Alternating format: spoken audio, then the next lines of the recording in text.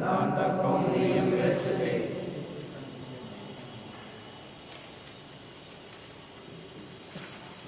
लोग अब कर्म प्रवचनीय संज्ञा का अध्ययन करेंगे।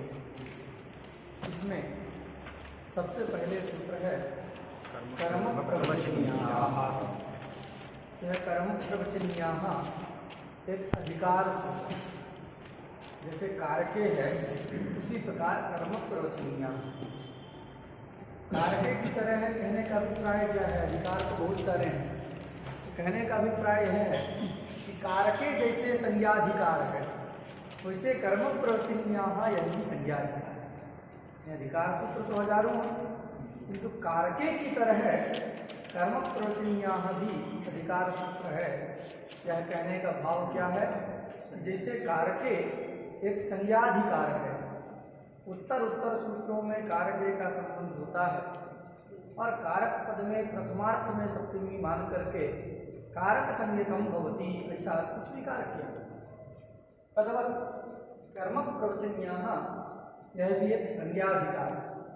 उत्तर उत्तरवर्ती सूत्रों के साथ कर्म प्रवचनीयाः इस पद का संबंध होकर के तत्त सूत्रों के द्वारा कर्म प्रवचनीय संज्ञा का विधान किया जाएगा। अधिकार सूत्र है तो अधिकार किसको कहते हैं तो हम जानते ही हैं, उत्तर उत्तर संबंधोधिकार। अथवा एक विशेष लक्षण हम लोगों ने पढ़ा था, स्वदेशे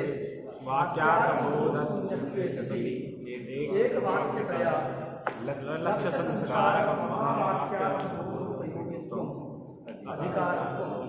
ये सब अधिकार के लक्षण सब अध्ययन हम लोग किए। तो एक कर्म प्रवचनीय संज्ञाधिकार है, यह हमने भी पढ़ा। अर्थात कर्म प्रवचनीय है एक संज्ञा है। कर्म प्रवचनीय क्या है? संज्ञा। संज्ञा नाम यतो नलघीयः लघ्वर्थम ही संज्ञाकरणम इत्यादि भाष्य वचनों से यह बात ज्ञात होती है कि संज्ञा लाघव के लिए की जाती है। संज्ञा ऐसी बनाना चाहिए जिससे छोटा कुछ हो संभव, मतलब जितना छोटा हो सके उतनी छोटी संज्ञा जो है बनानी चाहिए। संज्ञा नाम यतो नलघीयः, जिससे लाघव संभव न हो, इतना छोटा से छोटा भू टी घा इत्यादि की तरह एक अक्षर वाली, अधिक हो गया तो दो अक्षर वाली संज्ञा बनानी चाहिए थी। ये कर्म प्रवचनीयाः ये जो है 7 अक्षर वाली इतनी बड़ी संज्ञा बनाने की क्या जरूरत थी? तो महती संज्ञा की गई, इतनी बड़ी संज्ञा बनाई गई। इस बड़ी संज्ञा बनाने का प्रयोजन है इसके अनवर्थत्व का लाभ। क्या है? इसके अनवर्थत्व का लाभ। अनवर्थ संज्ञा, तो बड़ी व्याकरण में प्रायः जो महती संज्ञाएं होती हैं वो सारी संज्ञाएं अनवर्थ संज्ञाएं कहलाती हैं। मतलब उन संज्ञाओं का शब्द के अनुसार अर्थ भी होता है, अर्थ भी घटित होता है, उसी को हम अनवर्थ संज्ञा कहते हैं। अनुगतः अर्थः यस्याः सा अनवर्थः, मतलब अर्थानुसारिणी संज्ञा। जो अर्थ के अनुसार संज्ञा होती है उसको हम क्या कहते हैं? अनवर्थ संज्ञा। अब की संज्ञा है उसका क्या अनवर्थ है? कुछ घट रहा है उसका अर्थ, किंतु संप्रदान संज्ञा जब कहते हैं तो जब बढ़िया से दिया जाए, सम्यक प्रतीयते अस्मै, तो संप्रदान ये महती संज्ञा है, उस महती संज्ञा का अनवर्थत्व प्रतीत होता है। तो जब बढ़िया से दिया जाए, बढ़िया से देने का मतलब दे करके पुनः ना लिया जाए, वही बढ़िया से देना। धोबी को हम लोग कपड़ा दे देते हैं, जब धो करके प्रेस कर देता है तो ले करके आ जाते हैं। तो ये जो है यहाँ पर वो धोबी जो है क्या नहीं होता है, संप्रदान नहीं बनता। पढ़ेंगे जब संप्रदान संज्ञा तक अगर पहुँचेंगे वहाँ हम लोग पढ़ेंगे कि रजकस्य वस्त्रम ददाति यही प्रयोग होता है, रजकाय वस्त्रम ददाति ऐसा नहीं होता, क्योंकि वहाँ सम्यक प्रदान नहीं है रजक, इसलिए संप्रदान संज्ञा उसमें नहीं होती। तो अनवर्थ संज्ञा का मतलब अर्थ के अनुसार संज्ञा। तो ये भी कर्म प्रवचनीयाः इतनी बड़ी महती संज्ञा की गई इस महती संज्ञा का प्रयोजन है इस संज्ञा के अनवर्थत्व का लाभ। क्या है इस संज्ञा का अनवर्थ, ये हमको समझना पड़ेगा। तुम देखते हैं शब्द का अर्थ क्या। देखो यहाँ कर्म प्रवचनीया में जो कर्म शब्द है, इस कर्म शब्द का अर्थ होता है क्रिया। कर्म प्रवचनीय में जो कर्म शब्द है उसका अर्थ क्या है? क्रिया। तो क्या अर्थ करोगे? क्रिया। कर्म अर्थात क्रिया। कर्म मतलब क्रिया। तो ताम, ठीक है, क्रिया को, कर्म मतलब क्रिया, कर्म मतलब क्रिया, प्रोक्तवन्तः है, प्रोक्तवन्तः, कर्म प्रोक्तवन्तः इति कर्म प्रवचनीयाः, यही इसका अर्थ। कर्म मतलब क्रिया, तो जो क्रिया को कह चुके हैं, जो क्रियागत विशेष को कह चुके हैं, अभी नहीं कह रहे हैं, वे ऐसे होंगे, ऐसे जो शब्द होंगे वही कर्म प्रवचनीय कहलाए। जैसे हमने पढ़ा था ना गुणवचन, गुणवचन एक क्या है? गुणवचन कर गुणवचन एभ्यो मत्पूर्ण विष्टा, गुणवचन एभ्यो मत्पूर्ण विष्टा। गुणवचन का अर्थ बताए थे गुणम उक्तवान असौ गुणवचनः, गुण को कह चुका है, अभी गुण को नहीं कह रहा है, वो द्रव्य को कह रहा है। नीलो घटा में जो नील पद है वो कलर को नहीं कहता अभी, वो जो है नील कलर वाला जो घट है उसको कह रहा है नील पद, तो इसलिए वो गुणवचन हो गया। तो यहाँ पर भी कर्म इत्युक्ते क्रिया, तो कर्म इत्युक्ते क्रिया प्रोक्तवन्तः इति कर्म प्रवचनीयाः। वचना है जो कर्म को क्या हो चुके हैं, कह चुके हैं, प्रोक्तवन्तः। तो यहाँ देखो कह चुके हैं, कह रहे हैं, तो क्या है? भूत अर्थ प्रतीत हो रहा है। तो इसका मतलब यहाँ वच परिभाषणे धातु से अन्यर प्रत्यय हुआ है। वह कर्म प्रवचनीय शब्द में कर्म उपपद रहते हुए वच परिभाषणे धातु से अन्यर प्रत्यय हुआ है। वह अन्यर प्रत्यय किस अर्थ में हुआ है? भूत अर्थ में हुआ। भूत काल को कहता है। कर्म अर्थात क्रियाम प्रोक्तवन्तः, क्रिया को कह चुके हैं, वही कर्म प्रवचनीयाः, वही कर्म प्रवचनीय। भूत काल अर्थ में यहाँ अन्यर प्रत्यय और कर्ता अर्थ को कहता है। कृत प्रत्यय में कर्तरी कृत, तो ये बाहुल काल होता है, ठीक है ना? कर्तरी कृत, तो सूत्र हम जानते ही है कि कृत प्रत्यय किस अर्थ में होते हैं? कर्ता अर्थ में होते हैं, कृत प्रत्यय होते हैं। तो यहाँ पर कर्म प्रवचनीय, जब देखो कर्म प्रवचनीय पद घटक जो अन्यर है वह अन्यर भूतकाल को कहता है और कर्ता को, तो कर्म को जो कह चुका है ऐसा जो शब्द होगा उसी की कर्म प्रवचनीय संज्ञा हो। बस में गया। तो सूत्र, कोई भी सूत्र हो कर्म प्रवचनीय संज्ञा करने वाला, वहाँ ये अर्थ जरूर घटेगा, क्या? कर्म प्रोक्तवान, ये कर्म को कह चुका है, क्रिया को कह चुका है, ऐसा अर्थ सब जगह रहेगा ही, क्योंकि कर्म प्रवचनीय कैसी संज्ञा है? अनवर्थ संज्ञा। इसको ठीक ठीक समझने के लिए आपको एक कारिका जो है याद करनी चाहिए। भर्तृहरि ने कारिका कहा है कर्म प्रवचनीय को बताने के लिए। क्या कारिका है? तो कहते हैं कि ये जो कर्म प्रवचनीय होते हैं क्रिया, अच्छा पहले लिख लो, इसके बाद जो है हम बताते हैं।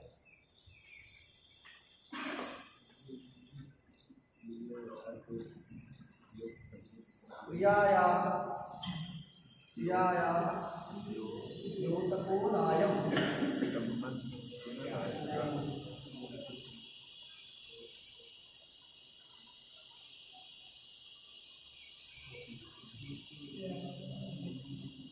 संबंधस्य न वाचकः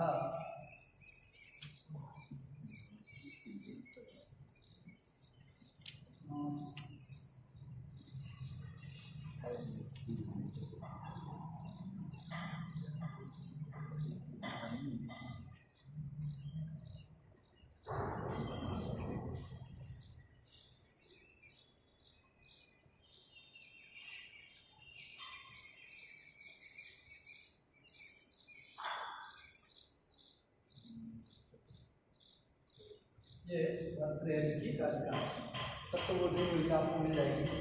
क्रियायाः द्योतको नायम संबंधस्य नवाचकः नापि क्रियापदाक्षेपी संबंधस्य तु भेदकः। यही जो है कर्मक प्रवचनीय से तात्पर्य। जिसकी भी कर्मक प्रवचनीय संज्ञा होती है वो क्रिया का द्योतक नहीं होता। देखो हम एक पद बोलते हैं आपको अनुभूयते, क्या है अनुभूयते, तो सुखम अनुभूयते प्रयोग होता ना, तो अनुभूयते में ये अनुभूयते का जो अनुपसर्ग है वो भूधात्वर्थ क्रिया को बता रहा है कि नहीं? क्रिया को मतलब वो तो भू से ही प्रतीत होगा, लेकिन तदगत विशेष को बता रहा है। भू धातु का अनेक अर्थ है, यहाँ अनु के रहने पर भू धातु का अनुभव रूपी अर्थ ही लेना है। ये कौन बता रहा है? अनु। नहीं तो सब केवल भू रहने से अनुभव थोड़ी प्रतीत होता है। घटः भवति, तो घटः भवति का अर्थ तो होता है घटः उत्पद्यते, तो घटो भवति में भू धातु का अर्थ क्या है? उत्पत्ति। लेकिन जब अनु लगता है तो बताता है कि भू धातु का अर्थ क्या होता है? अनुभव।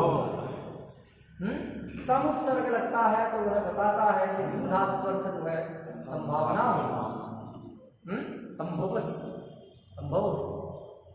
तो इस प्रकार हम कह सकते हैं कि अनुभूयते में जो अनुपसर्ग है वह क्रियागत विशेष को बताता है, क्रिया के विशेष को बताता है। क्रिया का द्योतक हो गया कि भू धातु का ही अनुभव अर्थ है, किंतु उसको द्योतित कौन कर रहा है? अनु। तो क्रिया का द्योतक बात सुना गया। अनु क्या है? क्रिया का द्योतक। भू धातु का अर्थ जो अनुभव रूपी क्रिया है, उस अनुभव रूपी क्रिया का द्योतक है अनु। बात सुना गया कि प्रभवती कहते हैं तो वहाँ जो है भू धातु का जो उत्पत्ति अर्थ है उसका द्योतक है कौन? बात सुना गया। संभवती कहते हैं तो भू धातु अर्थ जो संभावना है उसका द्योतक होता है कौन? सम। तो ये उपसर्ग क्या होते हैं जी? क्रिया के द्योतक होते हैं। क्या होते हैं? क्रिया के द्योतक। द्योतक मतलब उसको प्रकाशित करने वाले, तो क्रिया के वो द्योतक होते हैं उपसर्ग। बात सुना गया। किंतु जिसकी कर्मक प्रवचनीय संज्ञा हो जाती है वह कर्मक प्रवचनीय संज्ञक शब्द क्रियायाः द्योतको अयम कर्मक प्रवचनीय। यह अयम मतलब यह कर्मक प्रवचनीय संज्ञा जो पद होगा वह क्रियायाः द्योतको नायम।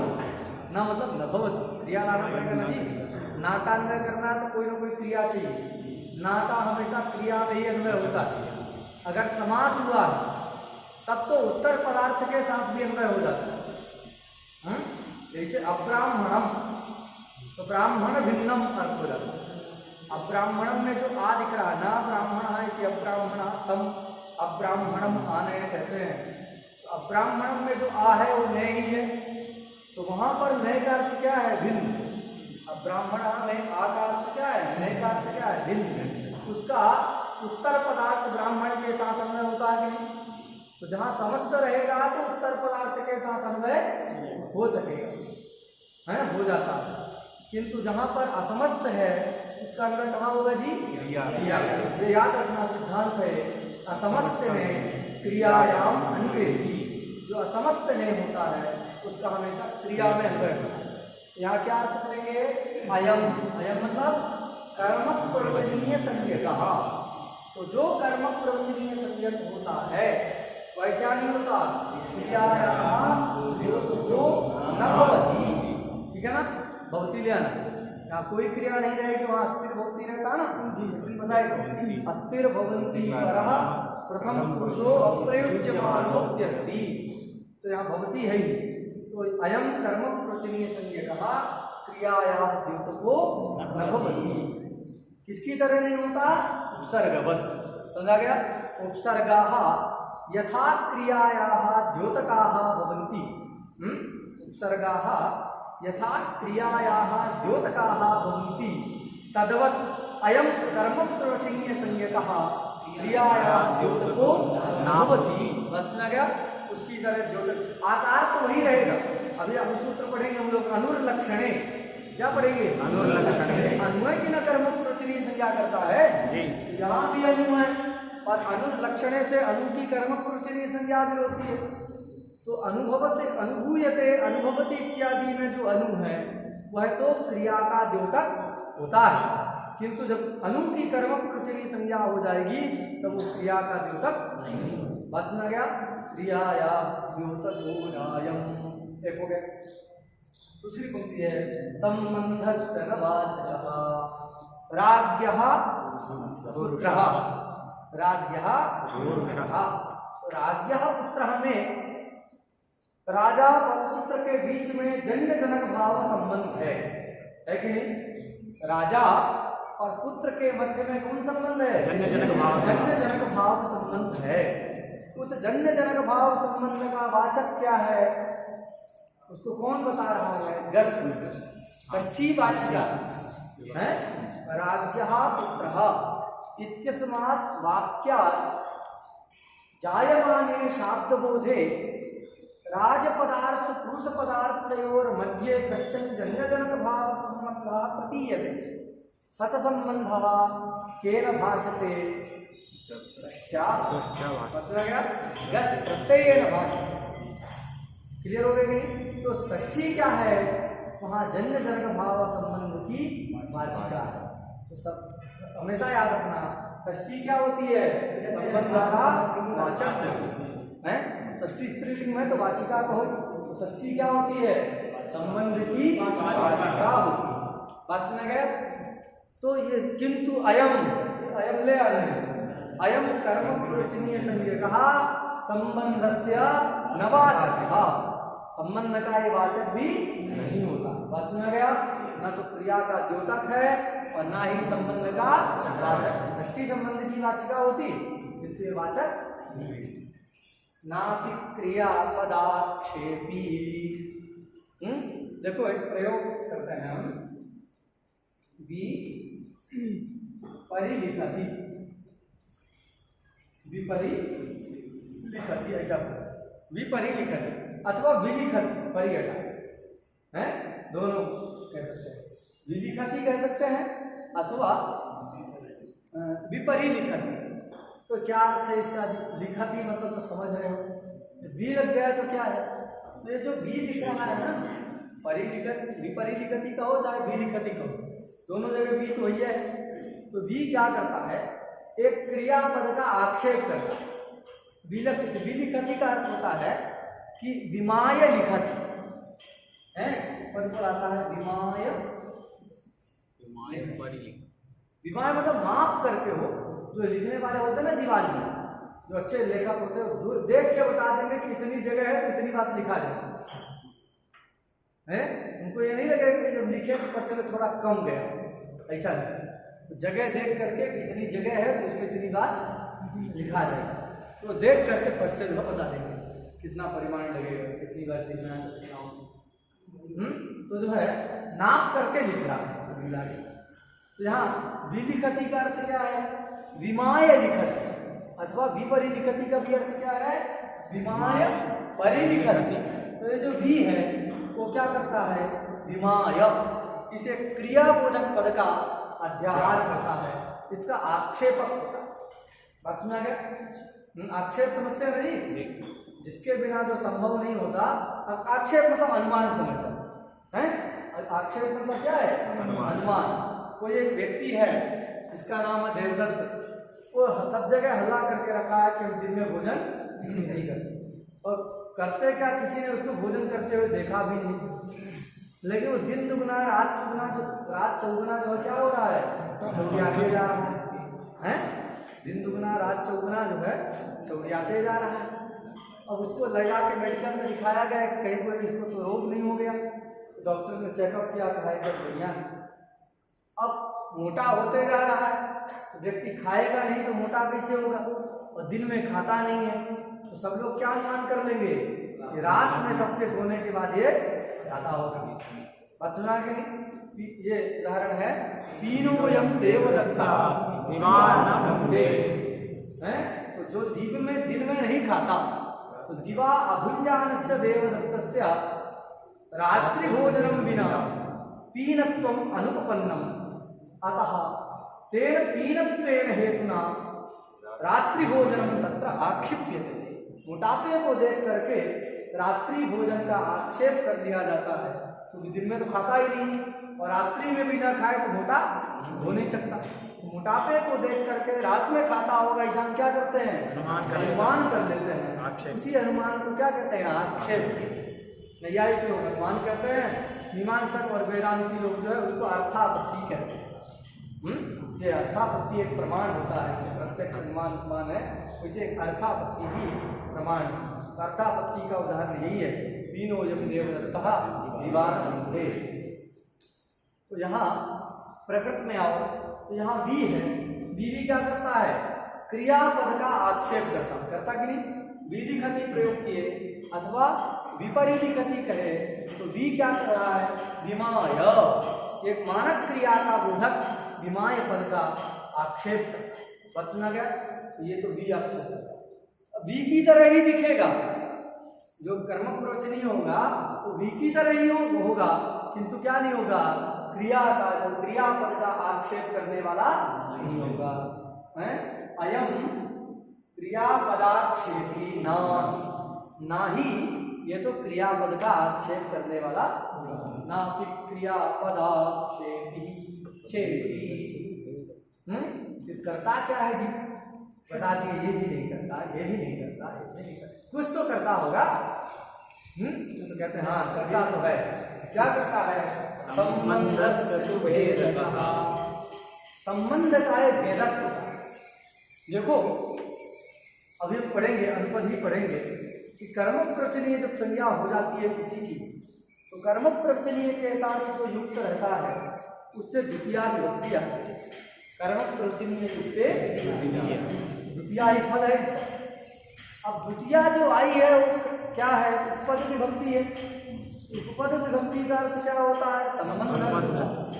तो द्वितीया संबंध को कहेगी, तो कौन सा संबंध द्वितीया कह रही है, ये कौन बताएगा, ये जो है कर्म प्रवचनीय बात सुना गया। द्वितीया संबंधार्थी में द्वितीया तो संबंध को कह रही है, किंतु कौन सा संबंध द्वितीया के द्वारा बोधित हो रहा है इसका निश्चय कौन होगा, कर्म प्रवचनीय। अभी अभी हम पढ़ेंगे अनु की कर्म प्रवचनीय संज्ञा होगी तो वृक्ष मनु जप मनु प्रावर्षक, जप मनु प्रावर्षक, तो जपम अनु प्रावर्षक ये स्थिति है। अब ये अनु कर्म प्रवचनीय है, उसके योग रहने पर ही जप शब्द से द्वितीया विभक्ति आती है ना, प्रयोग बनता है जपम अनु प्रावर्षक। तो ये जो द्वितीया है वो द्वितीया संबंध को बताती है, ठीक है कि नहीं। जब शब्दोत्तर स्तूयमाना जो द्वितीया है वह संबंध को बताती है। कः संबंधः द्वितीयया बोध्यते, ऐसी आकांक्षा होगी। अनु कहेगा यत्र द्वितीयया लक्ष्य लक्षण भाव एवं बोध्यते। बात सुना गया। तो संबंध का क्या भेदक, संबंध का निश्चायक है कि द्वितीया के द्वारा लक्ष्य लक्षण भाव संबंध ही बोधित होता है, अन्य कोई संबंध बोधित। बात सुना गया। तो द्वितीया का अर्थ जो संबंध है उसका क्या है, भेदक। बात सुना गया। संबंध का द्योतक है ऐसा भी कह सकते, क्रिया का द्योतक नहीं है। द्वितीया का अर्थ जो संबंध, उस द्वितीयार्थ संबंध का द्योतक होता है कौन, कर्म। बात सुना गया। क्या समझे, संबंधस्य तु भेदकः, संबंध को अलग करके निश्चय करके बताने वाला, अथवा संबंध का द्योतक। तो द्वितीयार्थ संबंध, इसमें कोई भी प्रतिपत्ति नहीं है, क्योंकि षष्ठी को बाध करके आई है तो द्वितीया का अर्थ संबंधी हो, संबंध है। किंतु कौन सा संबंध है, तो विशेष निश्चायक कौन होगा, पास में उच्चक जो कर्म प्रवचनीय है वही उस विशेष संबंध का निर्धारण करने वाला होगा, निश्चायक होगा। संबंध का वह द्योतक। बात सुना गया। तो ये जो है कर्म प्रवचनीय के बारे में समझे कि कर्म प्रवचनीय क्या है। अभी कर्म को नहीं कहेगा, है ना, कर्म प्रोक्त बनता, क्रिया को कह चुका है। कभी किसी काल में वो क्रिया के विशेष को बता रहा था, क्रिया को द्योतन कर रहा था, क्रिया को द्योतित कर रहा था, किंतु अभी क्रिया को द्योतित नहीं करेगा। अब किसको करेगा, संबंध को द्योतित करेगा। द्वितीया का अर्थ जो संबंध है उस संबंध का द्योतक होगा, क्रिया का द्योतक नहीं होगा। क्यों? क्योंकि कर्म प्रवचनीय संज्ञा अनवर्थ है। अनवर्थ तब होगा जब क्रिया को कह चुका हो और वर्तमान में भी क्रिया को ना कहता। अभी भी क्रिया को कहेगा तो फिर वो कर्म प्रवचनीय कहाँ हो गए? अनवर्थ संज्ञा नहीं होगी। फिर अनवर्थ तो यही है कि कर्म अर्थात क्रिया प्रोक्तवन्तः, जो क्रिया को कह चुका है मतलब वर्तमान में क्रिया का बोधक ना हो, क्रिया का द्योतक ना हो। जो क्रिया को पहले कह चुका है, क्रिया का द्योतक नहीं है, किंतु अभी संबंध का द्योतन करा रहा है, संबंध का द्योतक है, उसी की कर्म प्रवचनीय संज्ञा होती। कुछ ऐसे स्थल हैं जहाँ संबंध का द्योतक नहीं होता, वहां पर भी कर्म प्रवचनीय संज्ञा हो जाती है। ऐसे एक ही दो स्थल है, वो भी वचन सामर्थ्या। जैसे पाणिनि जी का सूत्र है अधिपरि अनर्थकौ। क्या है? अधिपरि अनर्थकौ। अधिपरि अनर्थकौ अनर्थक है, उच्चु अर्थ नहीं है, संबंधो अर्थ नहीं है, द्योत्यार्थ भी नहीं है। भाई सामान्य वाच्यार्थ तो उपसर्गों का इनका होता ही नहीं है, प्रतिपरि अनु इत्यादि जो इनका वाच्यार्थ तो कुछ होता ही नहीं है। क्या अर्थ होता है? द्योत्यार्थ होता है। अनु का कुछ अर्थ है क्या? नहीं। अनु अनुभव रूपी अर्थ को द्योतित कर रहा है, तो अनु का जो है अनुभव अर्थ क्या हो गया? द्योत्य अर्थ। अनुभव भू का वाच्य अर्थ है और अनु का द्योत्य अर्थ। बात समझ गया? तो उपसर्गों का पुरापरा इत्यादि जो है उनका वाच्य अर्थ तो वस्तुतः कुछ होता ही नहीं है। क्या होता है? केवल द्योत्य अर्थ होता है। किंतु अनर्थक कह रहे हैं, वाच्यार्थ सही नहीं है तो अनर्थक तो पहले है, विशेषण देने की क्या जरूरत है? अधिपरि अनर्थकों का अभिप्राय है कि जिनका द्योत्य अर्थ भी नहीं है, जिनका द्योत्य अर्थ भी नहीं है, ऐसे अधिपरि की कर्म प्रवचनीय संज्ञा। तो वो संबंध का भी द्योतक नहीं कराएगा ना। तो ऐसे स्थल में संबंध का द्योतक ना होने पर भी अधिपरि अनर्थकों इत्यादि वचन सामर्थ्या कर्म प्रवचनीय संज्ञा हो जाती है। नहीं तो प्रायः जहाँ कहीं भी हमको कर्म प्रवचनीय संज्ञा करनी होगी तो वहाँ पर वो क्या होगा? संबंध का द्योतन कराएगा, है, क्रिया का बोधक नहीं होगा, संबंध का वाचक नहीं होगा, तभी उसकी कर्म प्रवचनीय संज्ञा होगी। बात समझ गया? कर्म प्रवचनीय के बारे में सामान्यतः हम लोग को कर्म प्रवचनीय किसको कहते हैं, कर्म प्रवचनीय संज्ञा किसकी होती है, ये एक सामान्य रीति से हम लोग समझ गए। अब सूत्र हम लोग साक्षात पढ़ते हैं जिनके द्वारा कर्म प्रवचनीय संज्ञा होनी होगी। ये तो अधिकार सूत्र है, ये तो कर्म प्रवचनीय संज्ञा करेगा नहीं, करेगा तो आगे वाला सूत्र। चलो अनुर्लक्षण देखो जी, तो सूत्र क्या आ रहा है? अनुर्लक्षण है, लेकिन लाना नहीं कम गया। अनुर्लक्षण लक्षणे क्या सूत्र है? अनुर्लक्षणे, ये द्विपदात्मक। अनु ये प्रथमा के एक वचन, अनु क्या है? प्रथमा के एक वचन का है, और लक्षणे ये सप्तमी के एक वचन का है। अब यहाँ आप सोच रहे होंगे कि अनु को जो है एक अव्यय है, प्रादि में आता है, प्रादि में आता है तो उसकी निपात संज्ञा हो जाती है प्रादया से, और जिसकी भी निपात संज्ञा होती है उसकी स्वराज निपात अव्यय से अव्यय संज्ञा होती। अव्यय से परे जो सु आता है उसका तो अव्याद आप हो जाता है। अनु लिखना चाहिए, अनु कैसे हो गए हैं? ऐसे सब जगह ग्रंथकार ने किया है, अनु कैसे हो गया? तो इसको याद रखना कि ये जो है शब्द स्वरूप को बोध, ये जो उपसर्ग के रूप में इसका प्रयोग नहीं है अभी। ये जो अनु है ये क्या, जो प्राधिकरण में अनु पठित है उसका अनुकरण किए हैं। क्या किए हैं? अनुकरण किए। तो प्राधिकरण वाला अनुकार्य हो गया, और अनुलक्षण वाला जो अनु है वो क्या है? अनुकरण। तो अनुकार्य और अनुकरण के मध्य में भेद होता है, ऐसा एक पक्ष।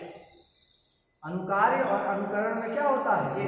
भेद होता है, दोनों अलग अलग हैं, ऐसा एक पक्ष। दूसरा पक्ष क्या है? दोनों में अभेद होता है।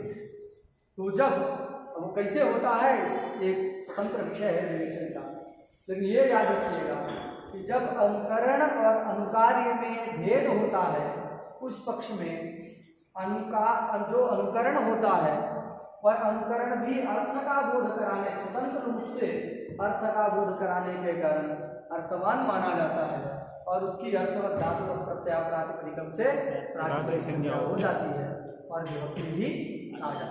बात समझ गया? तो भेद विवक्षा पक्ष में इतना याद कर लो कि अनुकरण अनुकार्यानुकरणयोर भेद विवक्षा पक्षे अनुकरणस्य प्रातिपदिक संज्ञा भवति विभक्तिरपि उत्पद्यते। बात समझ गया? अनुकार्य और अनुकरण में जब भेद विवक्षा मानेंगे, दोनों अलग अलग हैं, भेद विवक्षा पक्ष में अनुकरण भी अर्थवान मान करके प्रातिपदिक संज्ञा होती, इससे विभक्ति भी मानेंगे। और जब अभेद मानते हैं तो सादृश्य न उद्बोध कराता है, वृत्त्या अर्थ का बोध नहीं कराता, तो वृत्त्या अर्थबोध जनकत्व न होने से उसकी अर्थवत सूत्र से प्रातिपदिक संज्ञा ही नहीं होती है और विभक्ति भी नहीं आती। तो इतना याद रखना है, अभेद विवक्षा पक्ष में प्रातिपदिक संज्ञा नहीं होती, विभक्ति भी नहीं आती।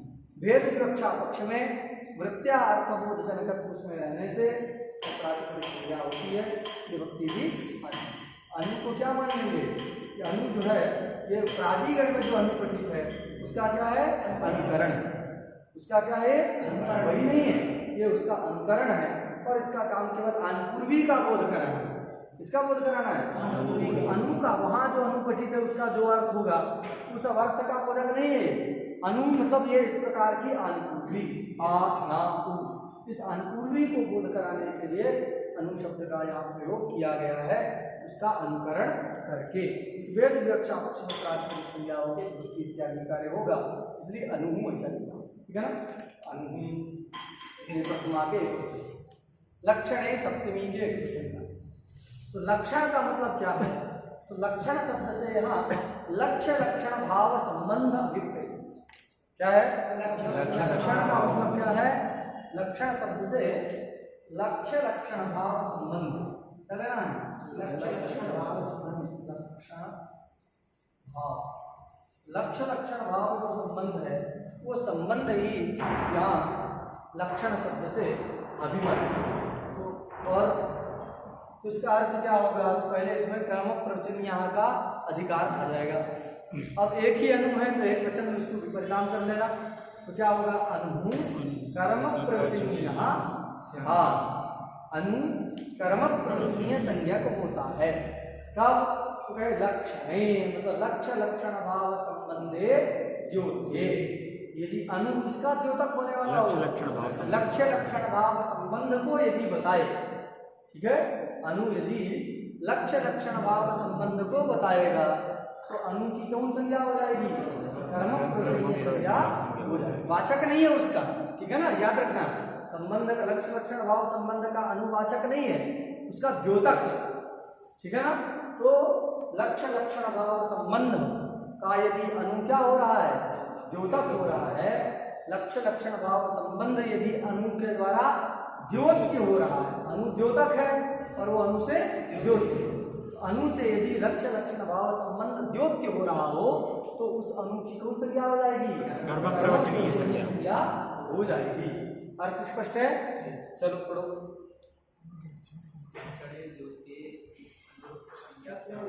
लगा कि नहीं? लक्षणे द्योत्ये अनु उक्त संज्ञा, उक्त संज्ञा होगा कर्म प्रवचनीय संज्ञा। लक्षणे द्योत्ये है मतलब अनु के द्वारा लक्षण यदि द्योतित हो रहा हो, लक्षण मतलब लक्ष्य लक्षण भाव संबंध, अन्ना यदि लक्ष्य लक्षण भाव संबंध द्योत्यते तदा अनु इति शब्द स्वरूपम किम भवति? कर्म प्रवचनीय संज्ञको भवति।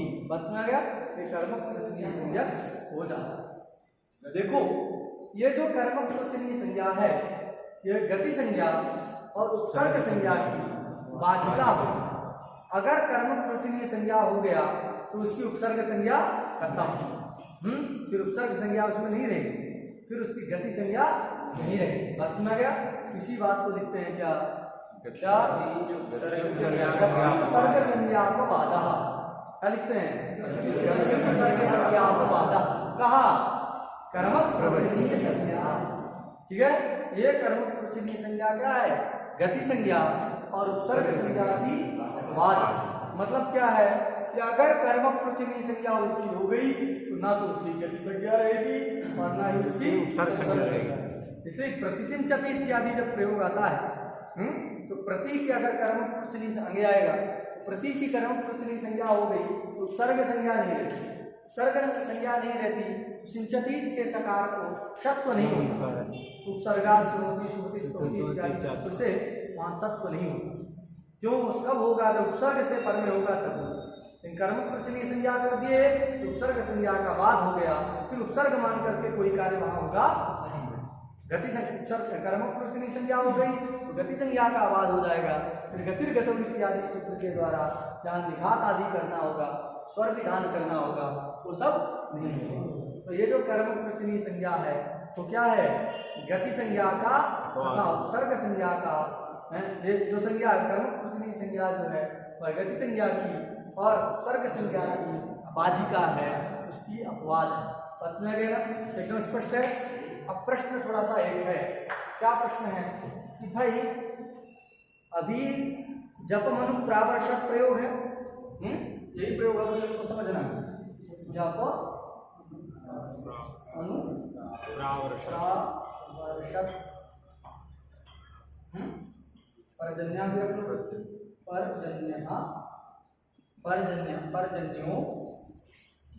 पर्जन्यो जप मनु प्रावर्षक। तो अनु का संबंध तो जप के साथ है ना जी, योग है ना। कर्म प्रवचनीय का योग होगा तभी तो द्वितीया होगी। जप शब्द से द्वितीया दिख रही है, इसका मतलब क्या है कि अनु का संबंध किसके साथ है? जप के साथ। इतना स्पष्ट है। तो अनु का योग जप के साथ है, अतः जप शब्द से द्वितीया विभक्ति आई। प्रावर्षक के साथ अनु का योग नहीं है। तो प्रावर्षक के साथ योग नहीं है मतलब क्रिया के साथ उसका योग नहीं। तो क्रिया के साथ योग नहीं है तो गति संज्ञा की प्राप्ति है, उपसर्ग संज्ञा की प्राप्ति होगी? नहीं होगी। अरे उपसर्ग संज्ञा करने वाला सूत्र उपसर्गा जब क्रिया का योग रहे, जब क्रिया का योग रहे तभी तो उपसर्ग संज्ञा की प्राप्ति हो। क्रिया का योग रहे तभी तो गतिश्चा सूत्र के द्वारा गति संज्ञा की प्राप्ति रहे। क्रिया योग होने पर, क्रिया के साथ योग रहने पर ही गति संज्ञा और उपसर्ग संज्ञा होती है। तो उन दोनों के साथ योग, दो में से किसी एक के साथ योग रहेगा तो क्रिया के साथ यदि योग है तो उपसर्ग संज्ञा अथवा गति संज्ञाएं होती है। ठीक है, दोनों एक साथ भी होती है। तो यहाँ तो योग ही नहीं है, तो गति संज्ञा उपसर्ग संज्ञा प्राप्ति नहीं थी, तो उसका बाधिका है कर्म प्रवचनीय संज्ञा। ये कहने की आवश्यकता समझ आ रही? भाई प्राप्ति हो तब ना उसको कोई रोके। प्राप्त हो सत्याम विषय जानते हो। तो यहाँ पर यदि कर्म प्रवचनीय संज्ञा जिसकी कर रहे हैं अनु की, उस अनु का क्रिया के साथ जब योग होगा तभी ना उसकी गति संज्ञा अथवा उपसर्ग संज्ञा प्राप्त होगी। और प्राप्त रहे तब तो कहोगे कि कर्म प्रवचनीय संज्ञा होने से उसका बाद हो गया। बाद हो गया मतलब वो रुक गई, तभी ना कहेंगे कि प्राप्ति रहे। यहाँ तो प्राप्ति ही नहीं है। बात सुना गया? प्राप्ति ही नहीं है, फिर कैसे कह रहे हो कि गति उपसर्ग संज्ञा को बाधा ग्रंथ संगत हो जाएगा ना?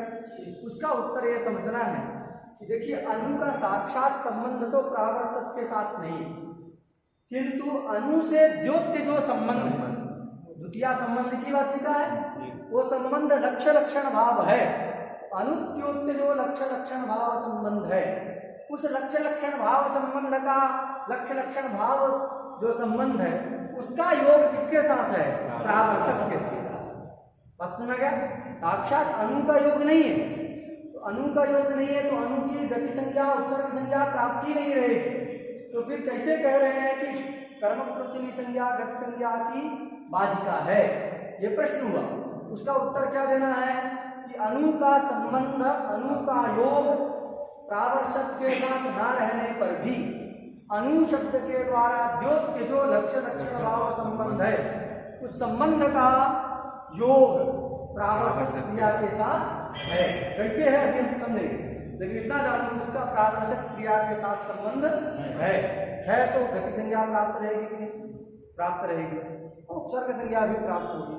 उसको रोकने के लिए ये जो है क्या पक्ष जो है ये लिखा व्यक्तित्व सर्व संज्ञा हुआ। क्लियर हो गए कि एकदम स्पष्ट है ना? अब आगे देखो इसका फल क्या है। अणु की तो कर्म प्रवचनीय संज्ञा हो गई। कर्म प्रवचनीय संज्ञा का फल क्या होता है?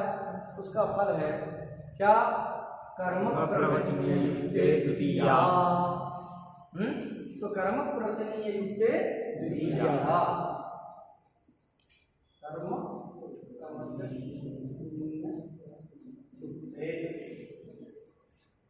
कर्म प्रवचनीय युक्ते द्वितीया। कर्म प्रवचनीय जो पद है उस कर्म प्रवचनीय पद के साथ योग रहने पर है, कर्म प्रवचनीय पद के साथ योग रहने पर क्या हो जाती है? द्वितीया हो जाती है। अर्थ स्पष्ट है? अब हम ये जप बनु प्रावर्षक इस उदाहरण को थोड़ा समझ लेते हैं और ये भी समझ लेते हैं कि अनु कैसे जो है लक्ष्य लक्षण भाव का संबंध का द्योतक। यहाँ लक्षण क्या है, लक्ष्य क्या है, ये सब जानेंगे तब ना ठीक से समझ में आएगा। देखो बात ऐसा है कि लक्ष्य लक्षण भाव संबंध का द्योतक अनु हो रहा है तभी उसकी कर्म प्रवचनीय संज्ञा करेंगे। तो लक्षण किसको कहते हैं? तो लक्षण कहते हैं लक्ष्यते ज्ञायते अनेन तत् लक्षणम, जिसके द्वारा पता चले। गाय किसको कहते हैं? तो बता दिए साधना वत्वम गोत्वम, जिसके गले में जो है गलकंबल लटक रहा हो, सास ना हो, उसको गाय। तो लक्षण से जो है गाय व्यक्ति का पहचान हो गया कि नहीं? तो लक्षण किसको कहते हैं? लक्ष्यते लक्ष्यते ज्ञायते ज्ञायते ज्ञायते लक्षण अनेन लक्ष्यते ज्ञायते अनेन तत् लक्षणम। ठीक है? लक्ष्यते ज्ञायते अनेन तत् लक्षणम। लक्ष्य धातु से करण अर्थ में लुट करेंगे तो लक्षणम बनेगा। लक्ष्यते ज्ञायते अनेन तत् लक्षणम, जिसके द्वारा जाना जाए। जिसके द्वारा जाना है। जल किसको कहते हैं? बता दिया जिसको छूने से ठंडा लगे वो जल है। तो जो शीत स्पर्शवत्यः आपः, ऐसा जल का लक्षण बता दिया। तो जो लक्षण के द्वारा हम जान जाते हैं ना ये जल, छूने से जो गर्म लगे वह आग है। उष्ण स्पर्शवत् तेजः है, उष्ण स्पर्शवत् तेजः। तो जहाँ जहाँ छूएंगे वो लक्षण हमको पता चल गया कि छूने से जो गर्म लगे होते हैं हम जान जाएंगे कितनी तेज है। तो इस प्रकार जो है जिसके द्वारा जाना जाए उसको क्या कहते हैं? लक्ष्यते ज्ञायते अनेन तत् लक्षणम। अभी कोई विद्यार्थी बैठा है, हम उसके बारे में बताना हो किसी को, वो चला गया तो हम बताएं कि देखिए ऐसा ऐसा जो तिलक लगाया होगा है, चश्मा पहना होगा, कुछ ऐसे बता दें तो आप जा करके उसको बाहर खोज के ले आओगे कि नहीं? तो वो भी क्या है? लक्षण है कि नहीं? लक्षण शब्द का अर्थ होता है चिन्ह। लक्षण शब्द का एक अर्थ क्या होता है? चिन्ह। किंतु यहाँ पर याद रखना है, यहाँ जो लक्षण है उसका मतलब केवल चिन्ह नहीं। चिन्ह तो रहेगा ही, क्योंकि चिन्ह से भी पता चल जा रहा नहीं, चिन्ह ही है। ऐसा चश्मा लगाया है, ऐसा कान ऐसा है किसी का, ऐसा कुछ बता दे चिन्ह, उसका पहचान जाओगे कि नहीं पहचान? तो लक्ष्यते ज्ञायते अनेन तत् लक्षणम, इस व्युत्पत्ति से लक्षण शब्द बनता है और लक्षण का मतलब क्या होता है? चिन्ह। किंतु यहाँ पर जो अनुर्लक्षणे में जो लक्षण है उसका मतलब केवल चिन्ह नहीं है, अपितु हेतु भी क्या है? हेतुभूत होना चाहिए। हेतु मतलब कारण, क्या है? हेतु, हेतु होना चाहिए। ये जो अनु है लक्ष्य लक्षण भाव को द्योतित तो कर ही रहा है, साथ में किसको द्योतन करेगा? हेतु का भी द्योतन करेगा। हेतु भी द्वितीया का अर्थ। ठीक है? तो यहाँ लक्षण से हेतु अभिप्रेत, लक्ष्य लक्षण भाव मतलब हेतु है। ठीक है? तो लक्षण का मतलब समझ में आ गया ना? लक्ष्यते ज्ञायते, और जिसका ध्यान हो क्या हो जाएगा? लक्ष्य हो जाएगा। तो दोनों को मिला दिए हैं, लक्ष्य लक्षणचा लक्षणंचा इति लक्ष्य लक्षणे तयोर भावः इति लक्ष्य लक्षण भावः है। यही ना संबंध है, मतलब लक्ष्यत्वम लक्षणत्वंच। लक्ष्य लक्षण भाव, अरे भाव मतलब क्या है? त्व। तो लक्ष्यत्व और लक्षणत्व यही जो है लक्ष्य लक्षण भाव है। तो यहाँ देखो इस एग्जाम्पल को समझने के लिए क्या समझो, एक कहानी सुनो पहले। तो क्या है, एक गांव था और गांव में हो पानी बरसा नहीं, पड़ गया सूखा। क्या पड़ गया? सूखा पड़ गया। सूखा पड़ गया। तो धीरे धीरे गांव के बहुत सारे लोग क्या हो गए, जो अपने आप को बुद्धिजीवी समझते थे, बड़े बुद्धिमान समझते थे, वो गांव छोड़ के कहाँ आ गए? शहर आ गए। शहर आ गए हैं। साल 2 साल तक गांव गए ही नहीं। इसके बाद कभी गए तो देखे गांव एकदम हरा भरा है, सारी खुशहाली है। तो पूछे कि पानी तो बरस नहीं रहा था, कब बरसा है? तो पूछा क्या कि कदा वृष्टिरभूत, वृष्टि कब हुई? कदा वृष्टिरभूत, पर्जन्यः कदा अवर्षत है, पर्जन्यः कदा अवर्षत, कदा वृष्टिरभूत, ऐसा उसने पूछा। तो गांव के जो वृद्ध थे तो कहे ऐसा बात है कि हमने कि जप करवाया वरुण देवता का। क्या कराया? जप करवाया। अरे बारिश के देवता वरुण है ना, जल के देवता वरुण है, अथवा इंद्र को मान लो। तो कहे कि हमने वरुण देवता का जो है क्या कराया? जप करवाया। जप करवाया। तो जप के बाद जो है बारिश हुई। पूछा था कदा वृष्टिरभूत, उत्तर दिया जपम अनुप्रावर्षत पर्जन्य। जप के बाद जो है पर्जन्य वर्षा। बात सुना गया कि नहीं? ये उत्तर है, समझ जाओ है। जब उसने पूछा कदा वृष्टिरभूत, तो जो उत्तर क्या दिए? जपम अनुप्रावर्षत, ऐसा जो उसको उत्तर मिला। जप के पश्चात, जप कराने से भी वृष्टि हो जाती है। और एक यज्ञ होता है, कारीरी यज्ञ होता है। जैसे सुनोगे ना, दशरथ जी को जो पुत्रेष्टि यज्ञ कराए तो पुत्र उत्पन्न हो गए। पुत्रेष्टि कराने से जैसे पुत्र उत्पन्न हो जाता है, उद्भिद याग कराने से बहुत सारे पशुओं की प्राप्ति हो जाती है। गाय घोड़ा वगैरह चाहिए तो एक उद्भिद याग कराओ। उसी प्रकार अगर वृष्टि करवाना है तो यज्ञ होता है क्या? कारीरी यज्ञ। कौन यज्ञ होता है? कारीरी यज्ञ होता है। क्या भैया? करेड़ी? अरे कारीरी, हाँ कारीरी एक याग है, यज्ञ का नाम है। तो कारीरी यज्ञ करने से जो वृष्टि, तो यज्ञ करवाया अथवा जो जप करवाया। तो जप कराने के बाद वृष्टि हुई। तो देखो यहाँ वृष्टि का काल वो जानना चाह रहा है ना, कदा वृष्टिरभूत। कदा मतलब कस्मिन काले, काल अर्थ में ना करते हैं। कदा मतलब कस्मिन काले, कदा वृष्टिरभूत। इस प्रश्न के द्वारा वृष्टि के काल की जिज्ञासा, वृष्टि का काल क्या है, किस समय वृष्टि हुई। तो वृष्टि के काल को जानना है, वृष्टि के काल को जानना है। तो वृष्टि का काल क्या हो गया जी? लक्ष्य। जिसको जानना है वो क्या है? लक्ष्य। और जब क्या है? लक्षण। जब से ना पता चलेगा, जब का काल हो गया, जब के काल का ज्ञान हो गया कि इतने तारीख को, इतने तिथि को जो है इस तिथि को जब हुआ था, उसके बाद में उत्तर काल में वृष्टि हुई, तो वृष्टि का काल पता चल जाएगा कि नहीं? चल जाएगा जी। यहाँ देखो वृष्टि के काल का परिज्ञान करना है, तो क्या हो गया? वृष्टि हो गया लक्षण, और ये क्या हो गया जी? जब हो गया लक्षण। बात सुना गया कि नहीं? उसी से पता चलेगा। तो लक्षण का और भी, लक्षण का भी लक्षण बताया गया है शास्त्र में। तो लक्षण का क्या लक्षण है? तो सामान्य जो तर्क असाधारण धर्म है लक्षण, जो असाधारण धर्म होता है वही लक्षण है। लेकिन यहाँ लक्षण का मतलब वो नहीं है असाधारण धर्म। लक्षण का मतलब क्या है?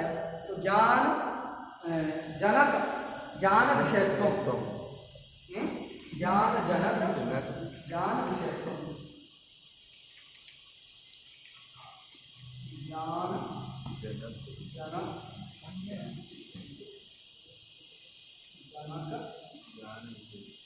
ज्ञान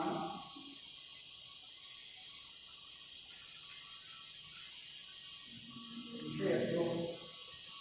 ठीक है, ये लक्षण है।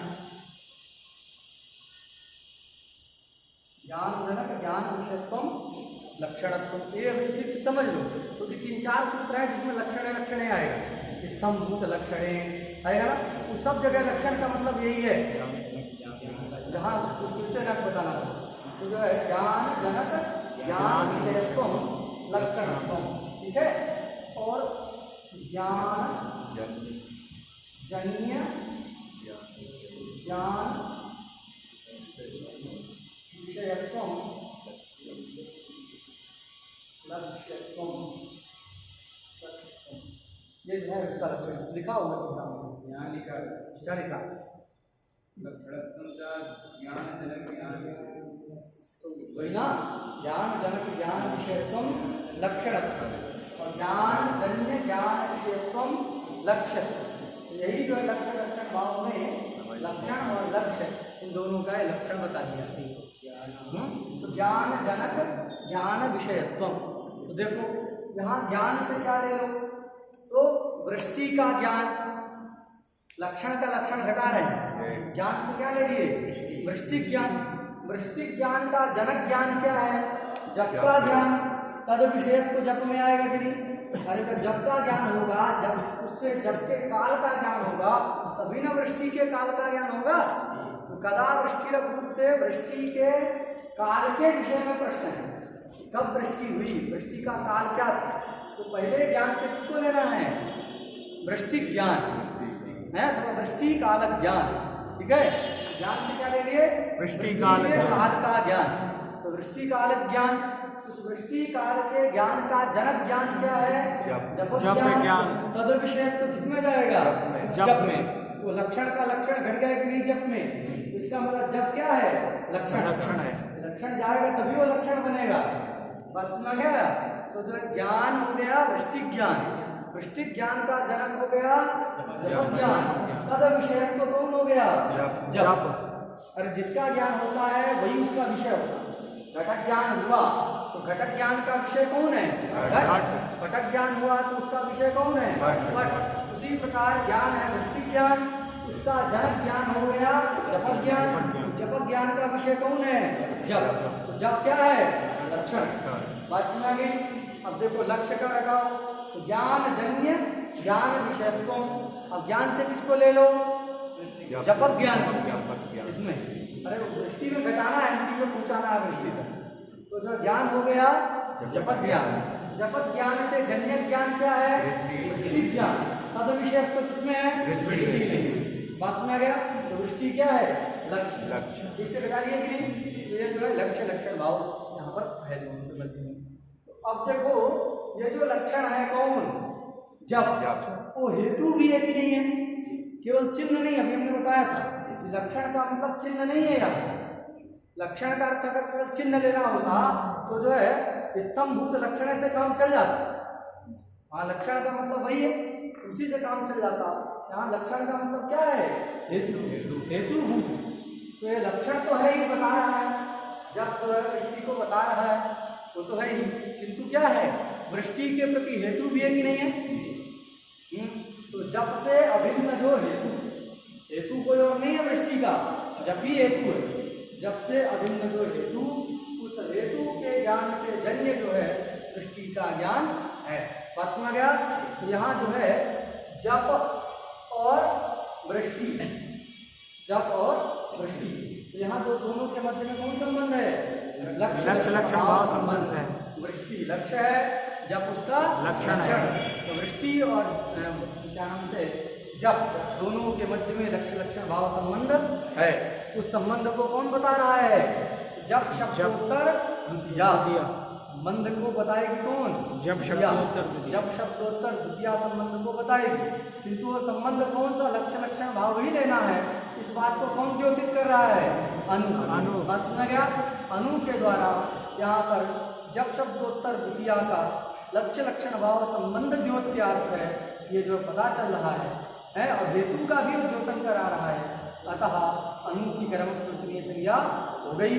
उसका योग रहने से जप शब्द हेतुभूत जो लक्षण है जप, तदवाचक शब्द से द्वितीया व्यक्ति आकर के जपम अनुप्रावर्षत वाक्य बन गए। कोई दिक्कत नहीं। अब कहोगे लक्षण यदि अर्थ है तो उससे हो जाना चाहिए तम लक्षण से, अनुलक्षण बनाने की क्या जरूरत है? देखो यहाँ जो जप है वो लक्षण के साथ साथ क्या है? हेतु है। तो जहाँ पर केवल लक्षण लक्ष्य लक्षण भाव ही है, हेतु नहीं है। हेतु नहीं है, जैसे प्रयोग होता है क्या? नहीं जी, तो क्या है?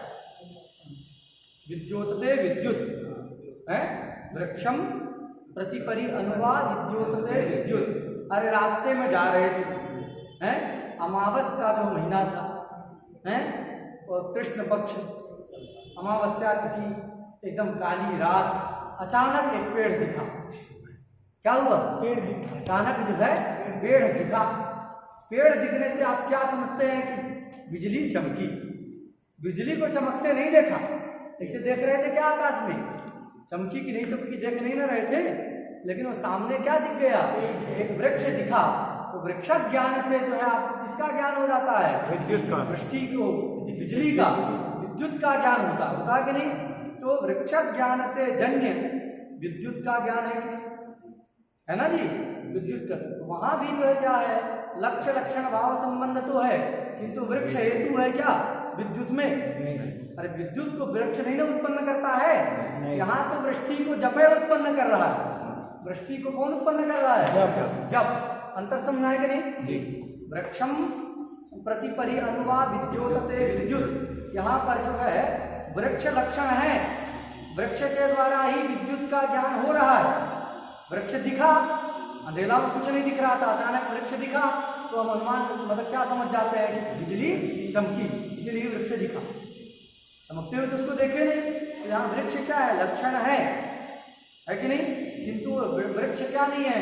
विद्युत का हेतु नहीं है। जहाँ केवल लक्ष्य लक्षण भाव संपन्न द्योतित है, वहां पर जो है किसकी प्रवृत्ति हो जाती है?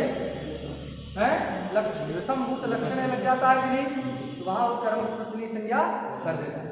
और जहां पर केवल हेतु है, धनेन कुलम, धनेन कुलम, दंडेन घटा, तो धनेन कुलम, दंडेन घटा इत्यादि स्थल में लक्ष्य लक्षण भाव नहीं है। वहां केवल क्या है? दंड क्या है? घट के प्रति हेतु है।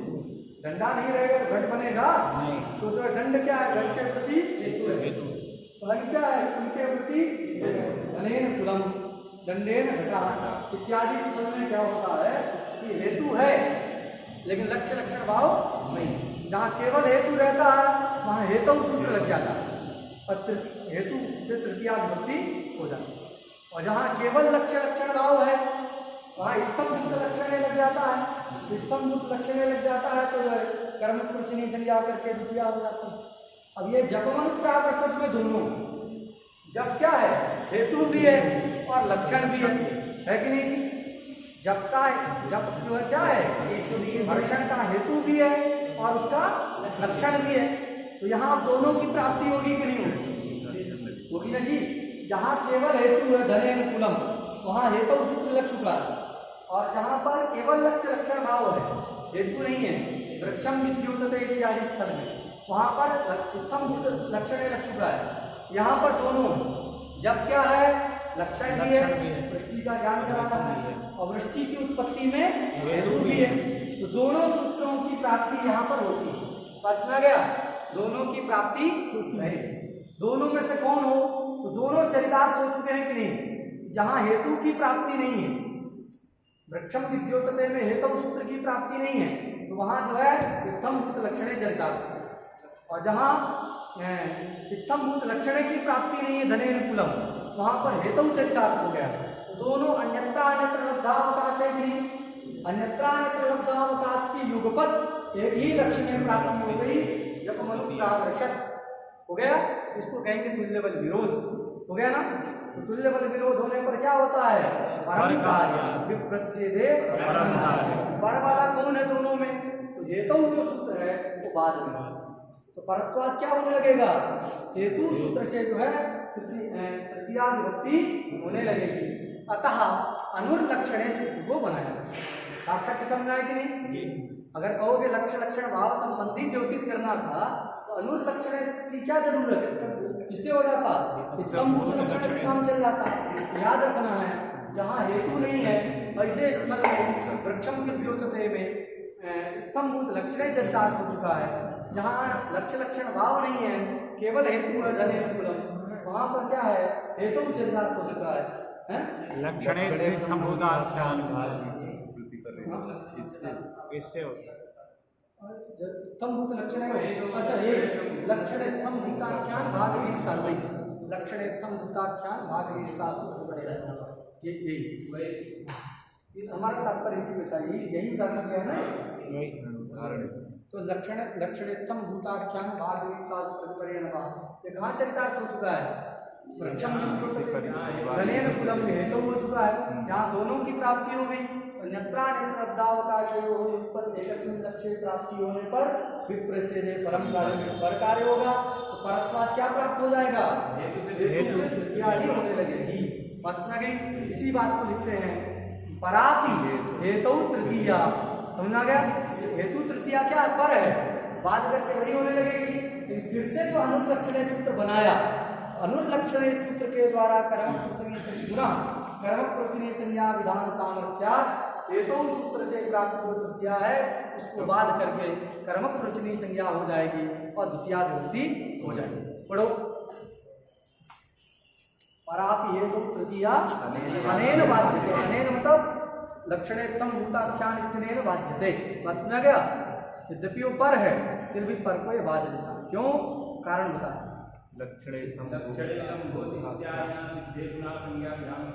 समझा गया? लक्षणेत्थम भूताख्यान इत्यादि से सिद्ध रहता है। लक्षण भाव में कर्म पुरुष की संज्ञा उससे सिद्ध है। सिद्ध रहने पर भी पुनः अनुलक्षण सूत्र बनाया गया, वही पुनः बनाया गया। तो क्यों बनाया गया? क्योंकि पर जो हेतु तृतीया है उसको रोकने के लिए बनाया गया। पुनः कर्म पुरुष संज्ञा विधान सामर्थ्या हेतु तृतीया इस सूत्र के द्वारा बाधित हो जाती है, तो कर्म पुरुष की संज्ञा होकर के तृतीया विभक्ति ही हो जाए। चलो हो गया?